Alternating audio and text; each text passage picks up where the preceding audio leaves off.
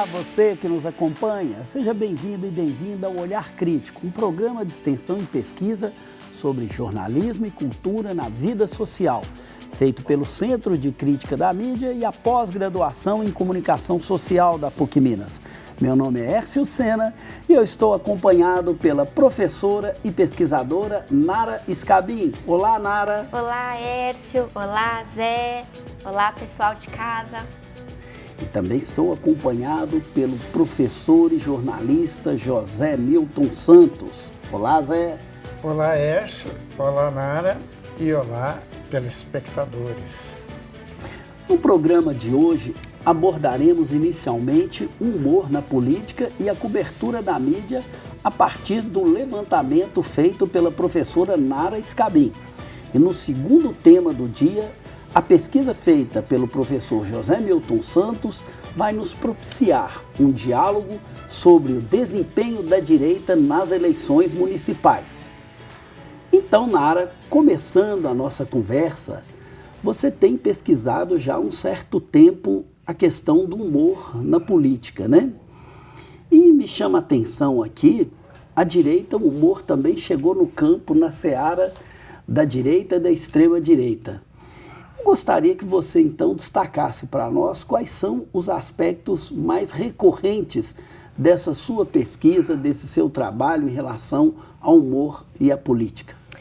Olha só, Hércio, a gente tem, quando a gente pensa, né, nessas relações entre humor e política, e aí eu tenho pesquisado muito, como você falou, essa relação do campo conservador, da direita, das novas direitas, né, tem uma relação muito forte aí dessas novas direitas com as linguagens do humor. Então, como que essas relações acontecem, que são relações, a princípio, que nos surpreendem num certo sentido, né? Claro que o humor sempre esteve presente em alguma medida na política, ou sempre foi usado para fazer a crítica política, mas o que a gente tem hoje é um campo conservador, reacionário, a extrema-direita, né, se apropriando dessa linguagem do humor que a gente costuma entender como uma linguagem mais libertária, como uma linguagem contestadora, né? E o que a gente tem, na verdade, é esse campo da extrema-direita usando muito fortemente essa linguagem.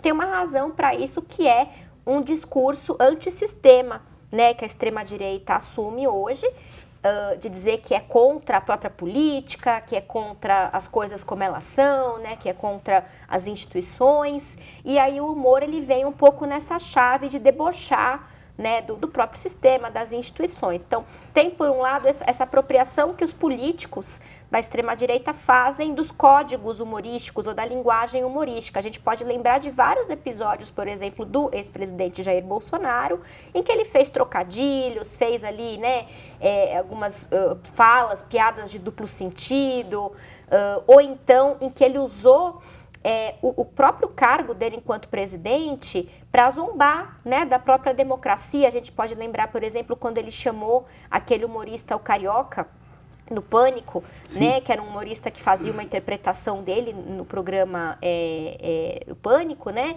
na TV, e ele chamou o Carioca ali, o humorista fantasiado de Bolsonaro, para responder ao jornalista sobre o PIB.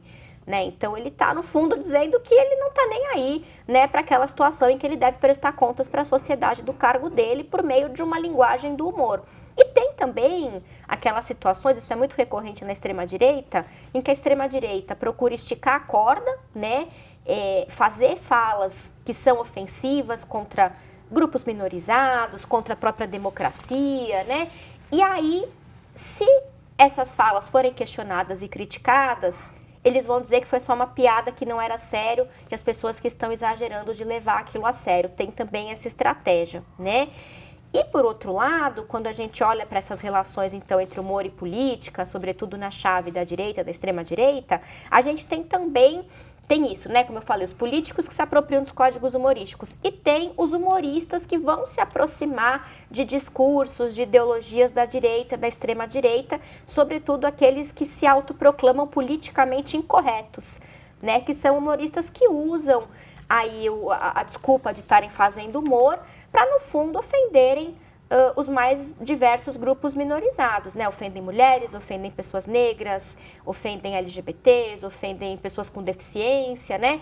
E dizem que isso faz parte da liberdade de expressão do humor.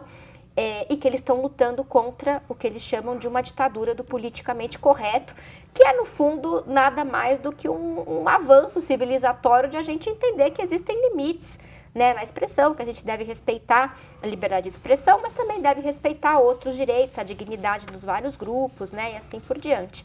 Mas eles, então, se aproximam da extrema-direita por esse tipo de humor. Zé, pegando essa questão, parece aí que nós temos também um certo retorno reacionário a uma espécie de passado ideal, onde esse tipo de licença, ele foi muito comum, inclusive na sociedade brasileira, né? Piada com negros, com mulheres, né? Com homossexuais, né? Como é que você vê essa relação aí, uma certa reclamação, uma certa reivindicação desse retorno ao passado e esse uso do humor protagonizado nesse tempo que a gente está vivendo pela extrema-direita? Nós vemos claramente que esse humor de direita, ele é um propagador de preconceitos, ele é um propagador e um reforçador de elementos presentes na cultura da sociedade brasileira. Então, eles só fazem exacerbar. E, na verdade, quando eles assumem, né, um humor antissistema, na verdade, eles são mais sistema do que o próprio sistema. E como já há, com essa crise grave que o capitalismo vive no mundo inteiro, né, há uma indisposição com tudo aquilo que diz respeito à ordem vigente, a direita se apropria desse humor para navegar nessa área e conseguir adesão e apoio. Uhum. Mara, você trouxe aí, e você já começou a trazer essa ideia dessa aproximação entre o humor e a extrema-direita. Eu gostaria que você desenvolvesse isso um pouco mais, mas pegando um pouco essa noção de rebeldia conservadora, diante de qual fenômeno nós estaríamos? Esse conceito, né, de rebeldia conservadora é usado pela professora Esther Solano para falar justamente desse humor de extrema-direita, né? É, na verdade, uma contradição entre os termos, né? Como é que pode ser uma rebeldia se ela é conservadora? Mas é o que o Zé falou, eles se colocam como antissistema, mas são mais a favor do sistema e de uma ordem de coisas estabelecida do que qualquer outro sujeito, né? Então, Hércio, quando a gente pensa historicamente esse processo, a gente tem, e você antecipou um pouquinho isso, Zé também, né? Uma mudança histórica aí no final do século XX, virada para o século XXI, que é a de uma pequena ampliação de direitos de grupos minorizados, de políticas sociais, a visibilidade alcançada pelos movimentos sociais, né? Apesar do neoliberalismo, a gente tem aqui e ali algumas políticas sociais que conseguem instituir, reconhecer alguns direitos a partir de muita luta desses grupos, né? Então, direitos, por exemplo, dos grupos LGBTs, né? Direitos das mulheres, a discussão sobre a conscientização sobre a violência de gênero, a discussão muito mais hoje disseminada sobre o racismo, né? Então, são algumas discussões, alguns avanços que foram feitos e que, no fundo, incomodam os grupos dominantes, porque são pequenos avanços, né? Claro, esses grupos ainda precisam ter muito mais direitos garantidos, mas que incomodam os grupos dominantes porque eles não podem mais fazer, como você falou, as piadas que sempre fizeram. Eles perdem alguns privilégios discursivos, né?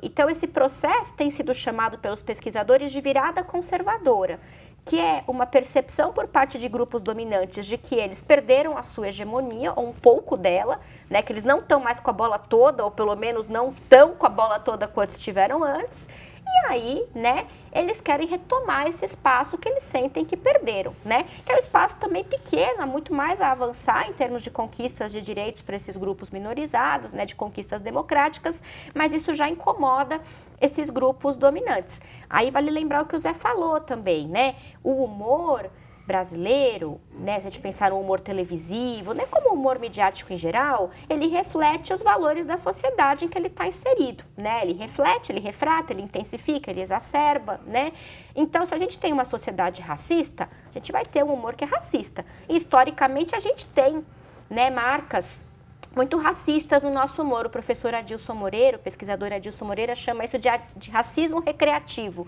que é aquela ideia, né, da branquitude, fazer piadas racistas. E aí, também, ao mesmo tempo, dizer, não, mas eu não estou sendo racista porque é só uma piada, a gente vive numa democracia racial, tá tudo bem. Todos podem fazer piadas com todos. Mas quem tem espaço, de fato, quem consegue ocupar espaços nas mídias para fazer piadas com quem, né? Tem que pensar nisso. Então, é esse movimento, né, de percepção de perda de uma certa hegemonia pelos grupos dominantes e uma tentativa de retomar, né, essa hegemonia perdida. E aí eles vão... Isso é mais particular dos dias de hoje, embora o humor sempre tenha refletido valores dos grupos dominantes, o que a gente tem hoje é a construção de uma identidade conservadora no campo humorístico. Isso é importante pensar. Bem, Nara, agora a gente vai te fazer uma pergunta, a gente não. O estudante de jornalismo, Neemias Lourenço, tem uma pergunta para você. Oi, eu sou o Neemias, estudante de jornalismo do 4º período da PUC Minas, e eu queria fazer uma pergunta para a Nara. Nara, como o humor utilizado pelo Pablo Marçal em sua campanha política ajudou a engajar e mobilizar eleitores, especialmente entre os jovens, em um contexto de polarização e perigosos ataques à democracia brasileira? Ótima pergunta, viu, Neemias? Obrigada por mandar aqui sua questão. É importante demais lembrar do caso do Pablo Marçal, né? Quando a gente fala sobre essa relação entre humor e política. O Pablo Marçal... ele faz um uso ali de códigos humorísticos, né, de estratégias humorísticas, né, Neemias, muito na chave de uma postura debochada. Então ele está ali o tempo inteiro debochando dos interlocutores, dos adversários políticos, dos entrevistadores, né? É como se ele não estivesse operando no mesmo registro do que as outras pessoas que estão ali levando a sério a situação de debate, a situação de campanha, a situação de conversa. Né? Isso é um ponto importante ali na performance do Pablo Marçal, isso faz parte da performance dele. E aí é legal a gente lembrar até do outro programa que a gente teve aqui, né, Hércio, sobre o Pablo Marçal, com a professora Lena, né, em que ela fala que o Pablo Marçal, ele é, na verdade, um empresário do digital que está ali, né, participando do debate político, não como representante político, como potencial representante político, né? Ele está ali participando como um influenciador, como uma figura do digital, com esse pacto que é próprio das redes sociais. Então, ele está ali, né? Por isso que ele tem essa postura debochada, que é um certo tom muito típico das redes, assim, e que gera muito, como o Neemias falou, um engajamento, uma repercussão, né? É um tipo de discurso que os algoritmos das redes sociais alavancam, né? Eu até fiz aqui um levantamento. Se a gente pega, por exemplo, comunidades online de apoiadores do Pablo Marçal, de fãs do Pablo Marçal, tem várias páginas assim, né? É um negócio bem estranho. Quando a gente vai olhando essas páginas, a gente vê que as pessoas acham incrível como ele é descolado, como ele é divertido no debate, que ele cria momentos surreais, que as pessoas falam, nossa, morri de rir com ele, nunca gostei de política, agora eu gosto porque ele torna isso algo divertido. Então tem essa adesão porque no fundo ele tem já um séquito de seguidores que ele traz dessa atuação dele anterior à política, né? E que são pessoas que vão se identificar com essa postura debochada. Mas aí é importante lembrar também do que disse ali o Neemias, né? Quer dizer, é uma postura que entra muito na chave de uma polarização, pensando a polarização não como conflito político que é saudável e que é desejável, não como conflito entre lados diferentes, porque isso é da política. Pensando a polarização como essa postura de não enxergar o outro, não enxergar o seu adversário, não enxergar ou anular o seu interlocutor, né? Isso que é a polarização, você não reconhece o outro como alguém digno de debater com você, ou mesmo de entrar em discordância. E é isso um pouco que o Pablo Marçal faz quando ele está ali debochando, né? Nesse sentido, é também um desrespeito à própria democracia. Ele está dizendo que ele não está jogando com as regras do jogo democrático. Eu sempre gosto de pensar na metáfora do pombo jogando xadrez, né? Que é aquela ideia que se você vai jogar xadrez com o pombo vai ganhar de você. Não porque o pombo seja um exímio enxadrista, porque ele não é, mas porque ele vai derrubar as peças, ele vai sujar, ele vai voar. E ele vai, na prática, sair daquela situação bem, porque ele não jogou conforme as regras do jogo, não importa quão exímio você seja, você vai perder. É isso que faz o Pablo Marçal. Zé, você falou uma coisa interessante, né? Que a prática da extrema-direita, ela, na realidade, ela nunca é antissistema. Ela é a mais a defesa mais rigorosa do próprio sistema. O humor, nesse caso, seria uma espécie de uma chave de recuo para essa, ou mesmo de dissimulação desse gesto da direita, na medida em que ela não rompe exatamente com o sistema? Exatamente. Na verdade, como a Nara já disse, né, o Pablo Marçal, com o uso do humor, do deboche, da desqualificação dos adversários, do uso de mentiras constantemente, ele, na verdade, rebaixa o nível do debate. E, rebaixando esse nível do debate, ele puxa os seus adversários para o buraco. Nara, e uma pergunta importante para você, quando você tratou aí desse conceito, que é uma contradição em termos, né? Rebeldia conservadora, como você mesmo colocou. E quando ele chega assim, ao alcance da repercussão midiática, como é que a mídia brasileira trata essa questão do humor na extrema-direita? Como é que você vê isso aí a partir da sua pesquisa, da sua investigação? Olha, essa cobertura, né, da imprensa comercial sobre esse fenômeno que a gente pode chamar de rebeldia conservadora é uma cobertura que a gente pode considerar contraditória em alguns níveis, né?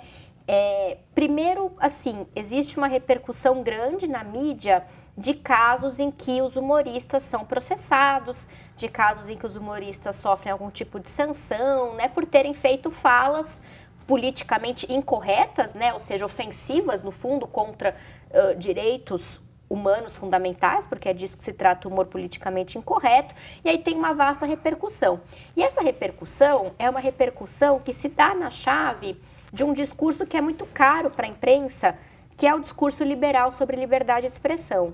Então, a imprensa, quando cobre, né, esses casos, por exemplo, a gente pode lembrar do caso do humorista Léo Lins, né, um caso que eu pesquisei.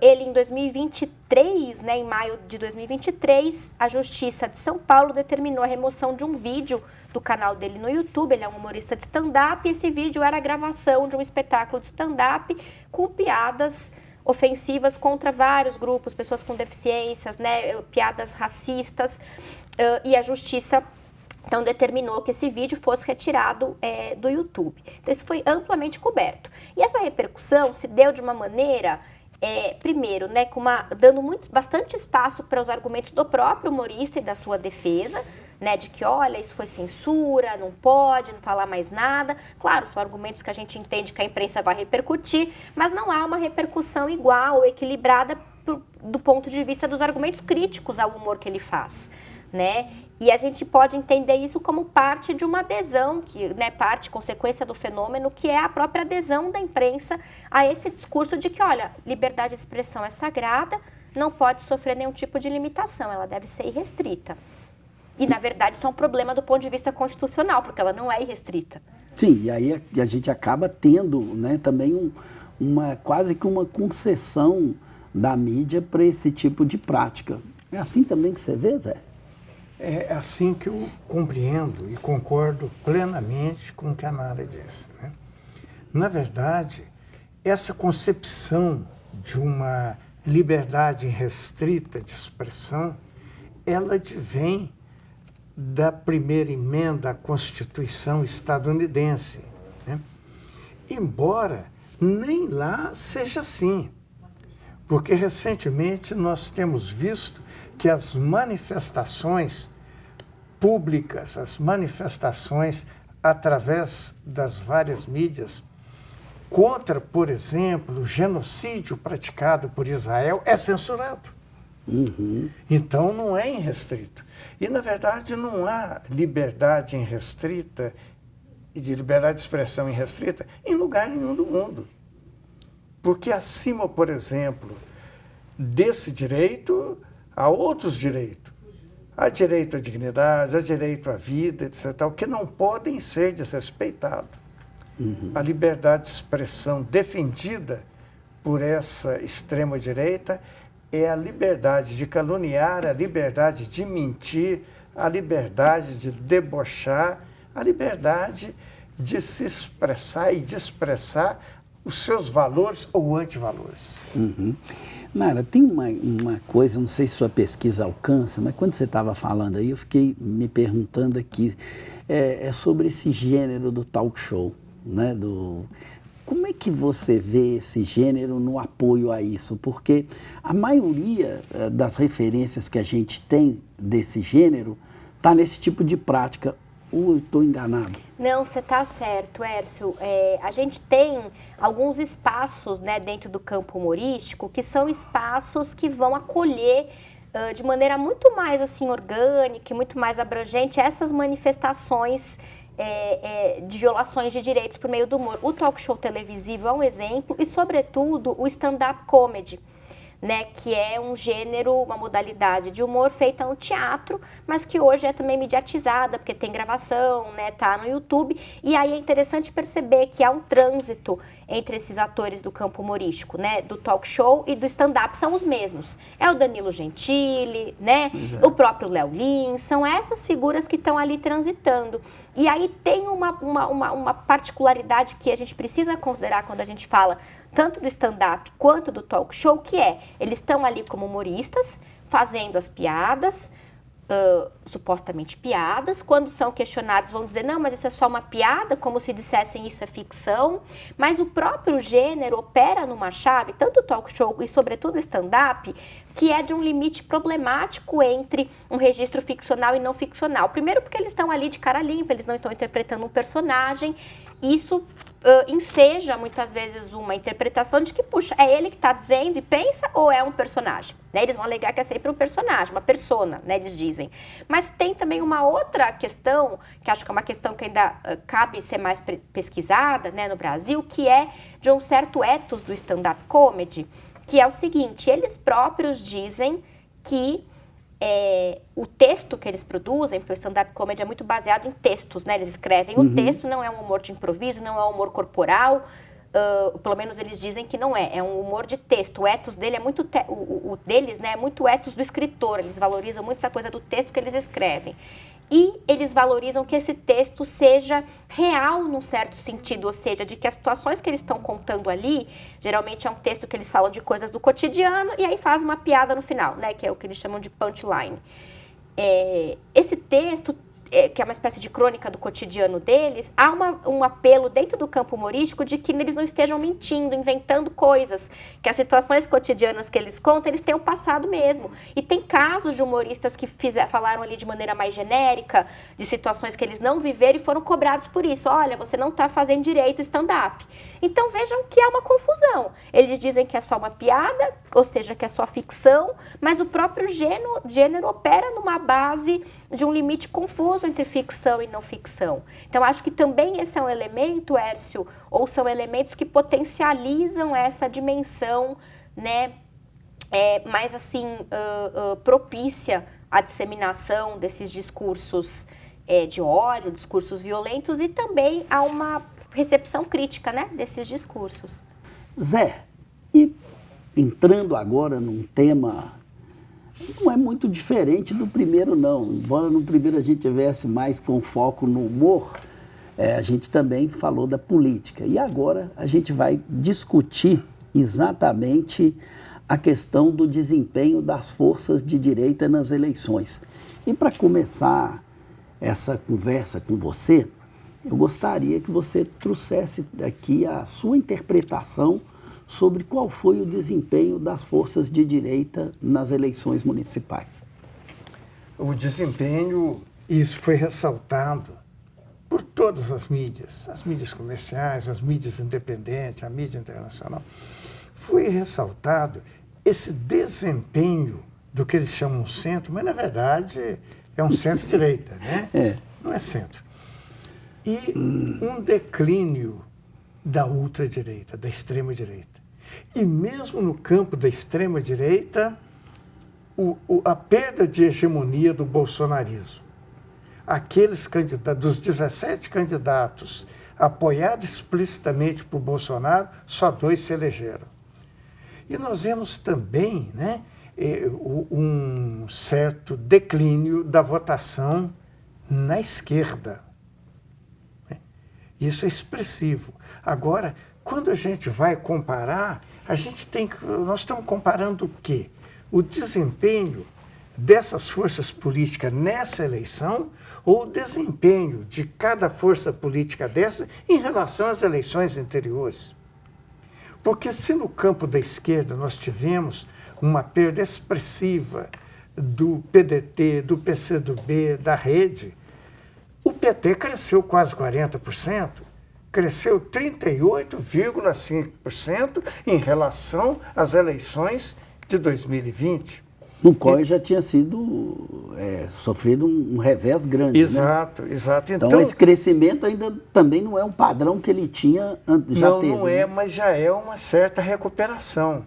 Porque quando a gente coloca esse dado no quadro do desempenho dos demais partidos progressistas, partidos de esquerda, partidos democráticos, o desempenho do PT se destaca. Porque 40% não é pouca coisa.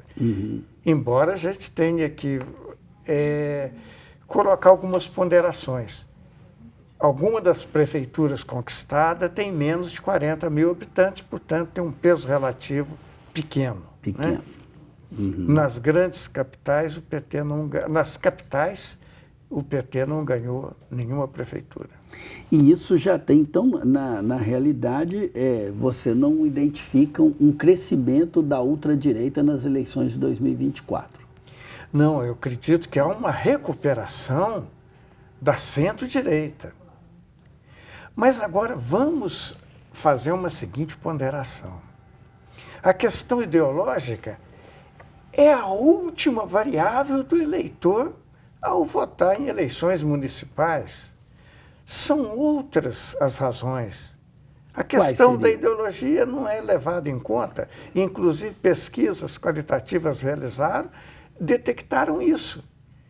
A questão ideológica é a última variável levada em conta pelo eleitor nas votações das eleições para vereador e para prefeito. Diante disso, Zé, será que a gente teria, então, uma direita, né, esse centrão? Eles têm muita experiência, né? Parece que estão aí desde 1500. Que estão? A relação que a gente imagina é essa. Mas será que eles conseguem identificar melhor esse sentimento da população ao abordar, por exemplo, uma eleição municipal do que as outras forças que se perderiam mais nos embates ideológicos? Como é que você vê isso? Como eu frisei anteriormente, o embate ideológico não teve peso.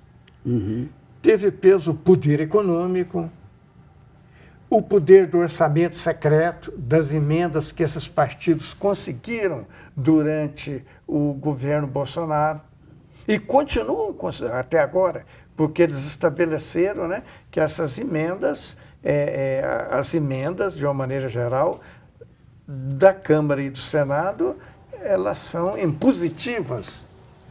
O Executivo tem pura e simplesmente que liberar o recurso. Então, como já são representantes dessas oligarquias regionais e locais e com grande recurso de dinheiro público, evidentemente, isso vai reforçar, vai, de certa forma, até ampliar a hegemonia dessa centro-direita. Uma coisa que me chamou a atenção, Nara, nessa coisa dos resultados eleitorais, é que há algumas vozes ligadas ao campo da esquerda progressista e também a essa direita conservadora, inclusive extrema-direita, falaram de prováveis irregularidades nessas eleições municipais, né? A esquerda reconhece, mas a direita, ao falar disso, ela começa também a levantar a hipótese do retorno do financiamento empresarial, como se ele fosse uma questão, uma novidade a ser recolocado nesse jogo aí.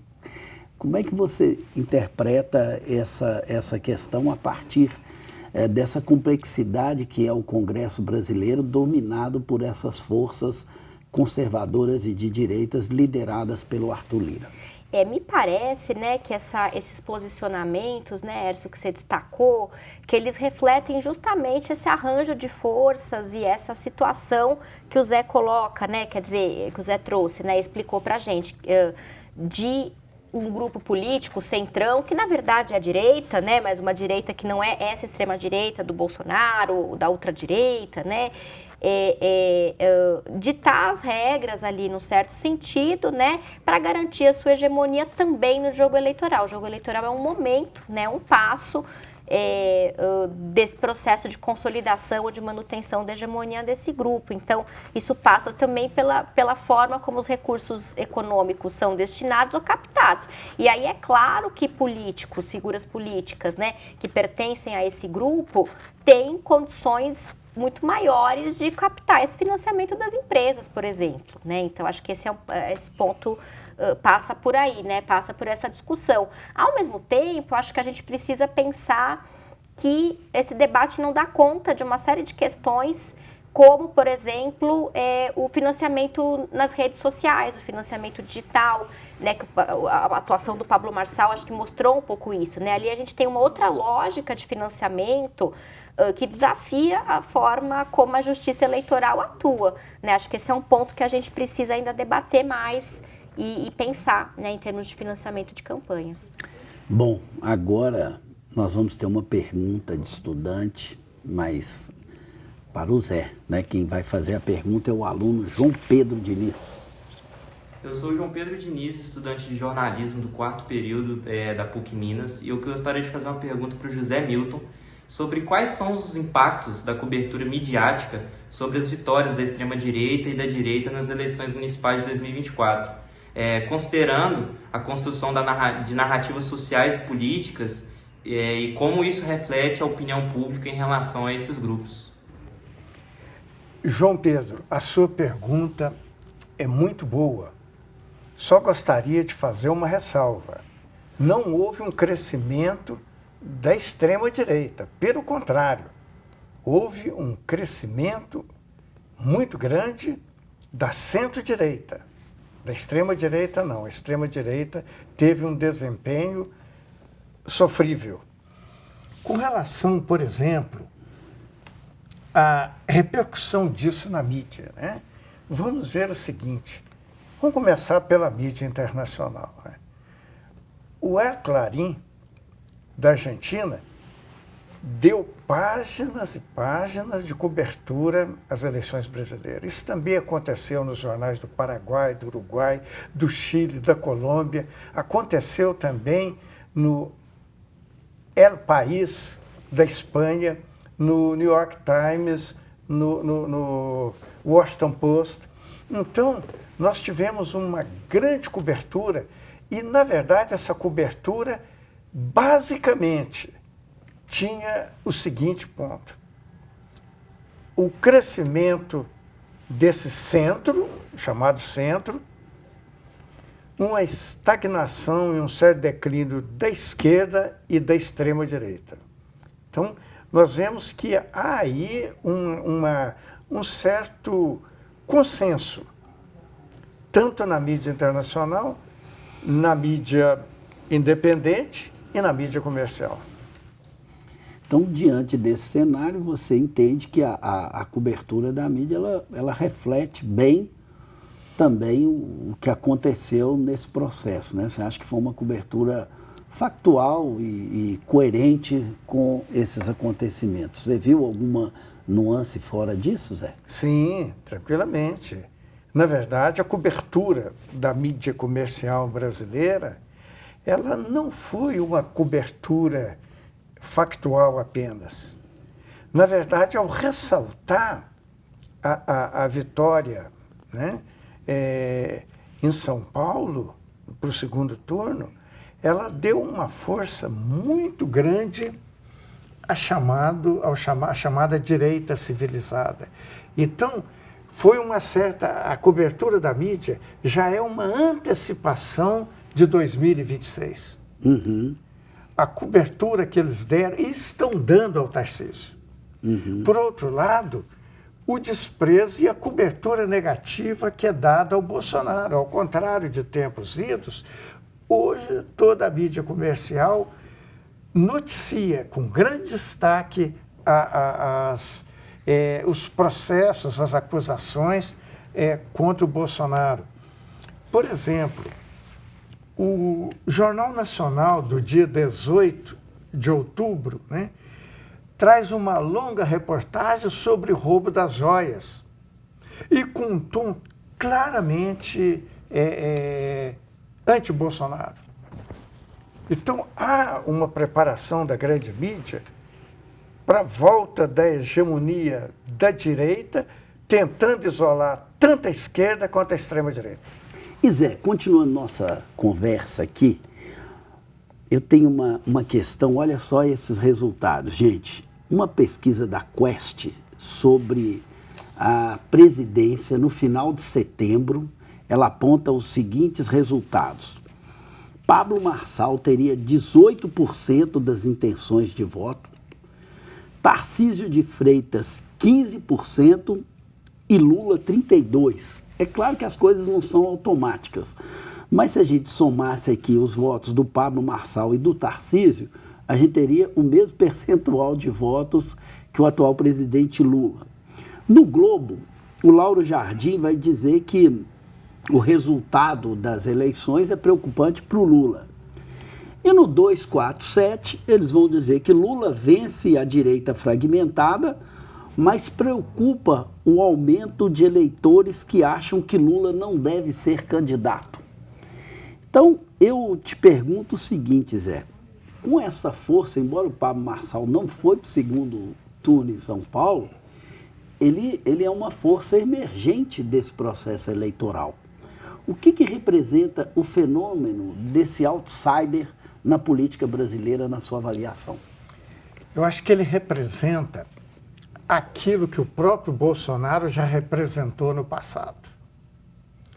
E ele significa, antes de mais nada, o declínio do bolsonarismo.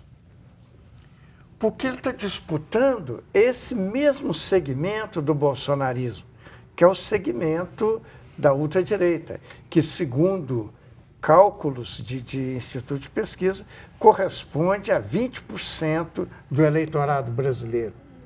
Então, esse eleitorado de ultradireita, que foi, nas eleições para a Prefeitura de São Paulo, capturada pelo Pablo Marçal, evidentemente não foi retirado da esquerda, foi retirado do bolsonarismo, ou seja, é no campo e na disputa por hegemonia no interior do mesmo segmento. Então, nesse caso, nós teríamos uma extrema-direita fragmentada e ainda por cima em disputa interna.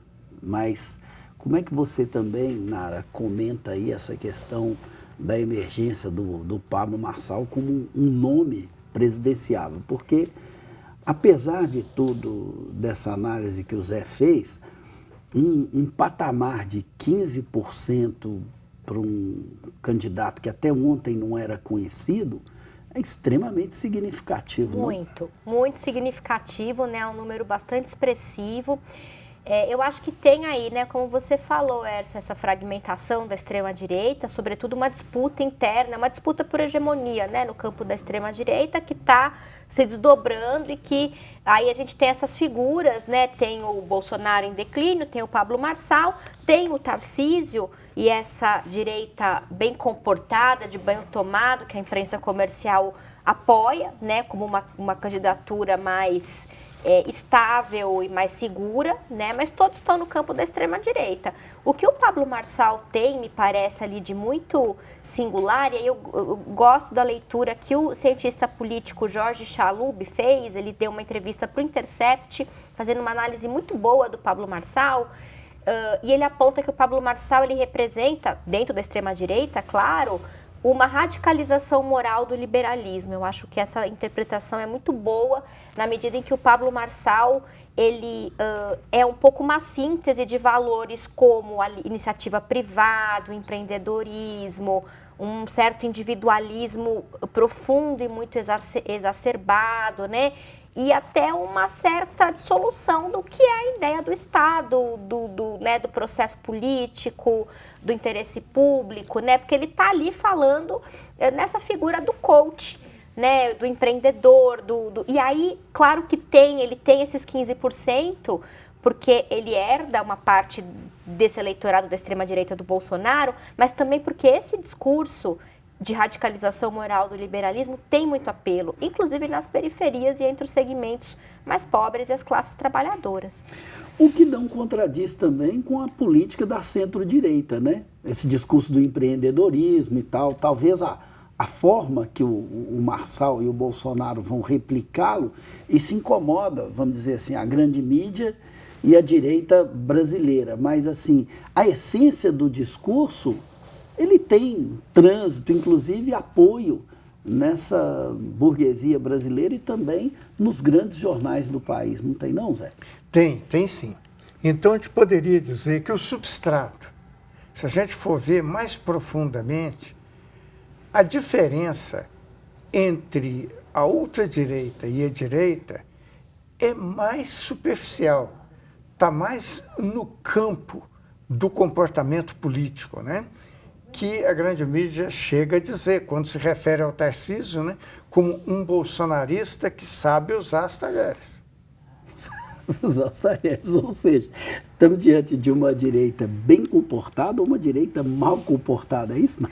Depende do que você entende também como bom e mau comportamento aí, né? O que ele fez na privatização da Sabesp em São Paulo não me parece um bom comportamento. Depende de quem está analisando, né?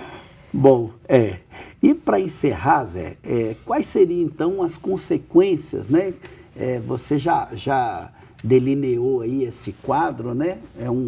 Já significa, você já antevê um alinhamento dessa mídia com esse espólio do bolsonarismo bem comportado. Tarcísio de Freitas, Ricardo Nunes, né?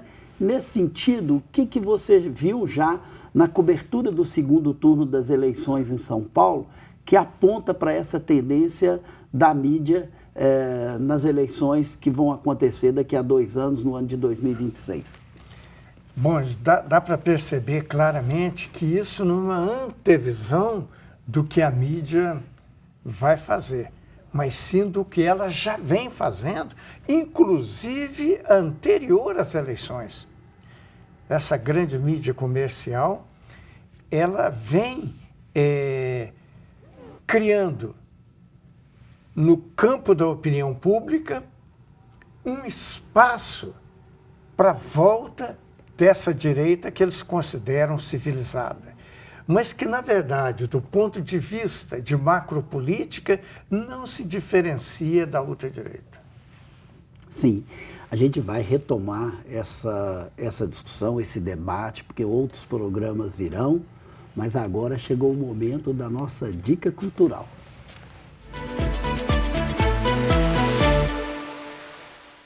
Bom, e hoje minha mãe dizia um ditado que era o seguinte: casa de ferreiro, espeto de pau, né? A gente nunca indica as coisas que a gente tem, mas hoje eu vou fazer diferente, vou indicar um produto que é genuinamente dessa bancada aqui, que é um artigo escrito por mim e pela Nara, o debate sobre liberdade de expressão no jornal O Globo, mediação jornalística e hierarquização de vozes e condicionamentos ideológicos, né? Eu e a Nara fizemos esse artigo recentemente, pegando inclusive reportagens que nós analisamos de 2023 e 2024, no jornal O Globo, onde o tema liberdade de expressão estava presente no título. Então nós fomos ver aí como que o jornal O Globo trata esse conceito de liberdade de expressão, né? Então tem apoio ali de vozes do campo jurídico, de vozes do campo jornalístico. Então é a indicação que eu deixo para vocês lerem, né? Está na revista Alterjor, publicada pela ECA, né? Da ECA USP, não é isso, Nara? É isso, né? Mesmo, Hércio. Então fica aí a minha indicação do dia.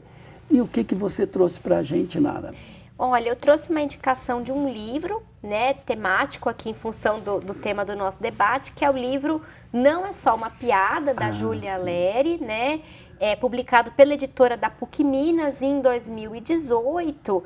E esse é um livro que nasce, né, justamente da pesquisa de mestrado que a Júlia fez no programa de pós-graduação em comunicação da PUC Minas, sob orientação do professor Márcio Cerelli.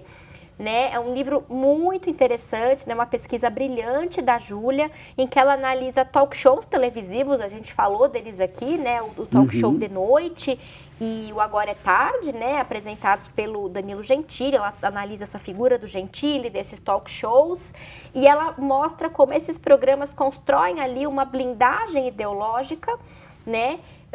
Usando a roupagem do humor, então a ideia de que é só uma piada, né, o que eles estão falando, para poder proferir discursos que, na verdade, são discursos de violação de direitos fundamentais.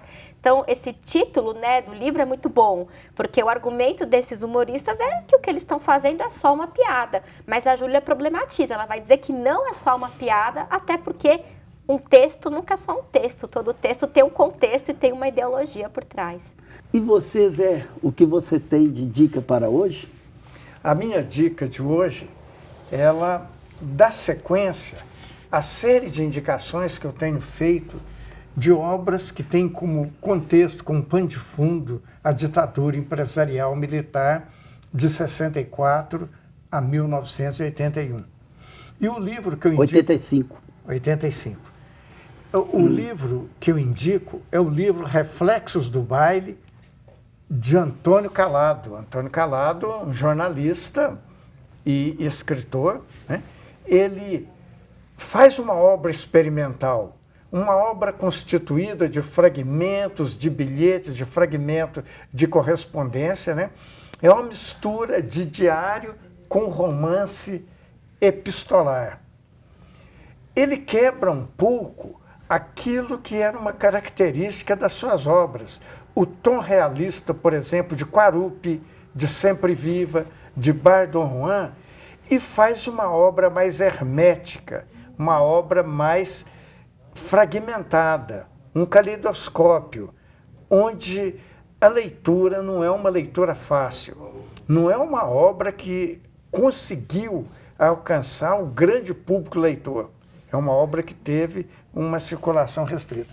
Mas eu acredito que a atualidade desse livro é muito grande, porque ao retratar, né, como pano de fundo, o sequestro do embaixador dos Estados Unidos, Charles Albright, e por grupos de resistência armada, né, a ALN, Aliança Libertadora Nacional, e o MR8, Movimento Revolucionário 8 de Outubro, né, essa obra vai retratar policiais torturadores, guerrilheiros, assaltantes de banco, sequestradores, intelectuais e os diferentes grupos de esquerda que estavam naquele momento, a partir do AI-5, se mobilizando e se envolvendo na resistência armada.